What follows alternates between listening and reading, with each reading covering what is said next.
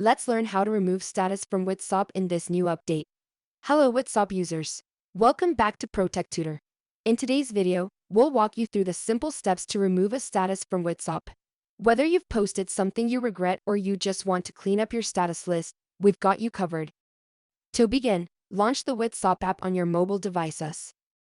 Tap on the Updates tab located at the bottom left of the screen. Then, find and tap on your own status at the top of the status list. It will display your current status. Now, tap on this little arrow below here in order to open the Viewer section. At the right side of the screen, you'll see 3 little dots. So, just simply tap on them and you'll see a few options here.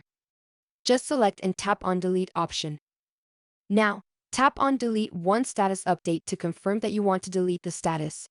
That's going to remove our WhatsApp status permanently.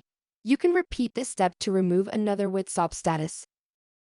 So, that's how you can remove status from WhatsApp in this new update 2023. Thank you for watching.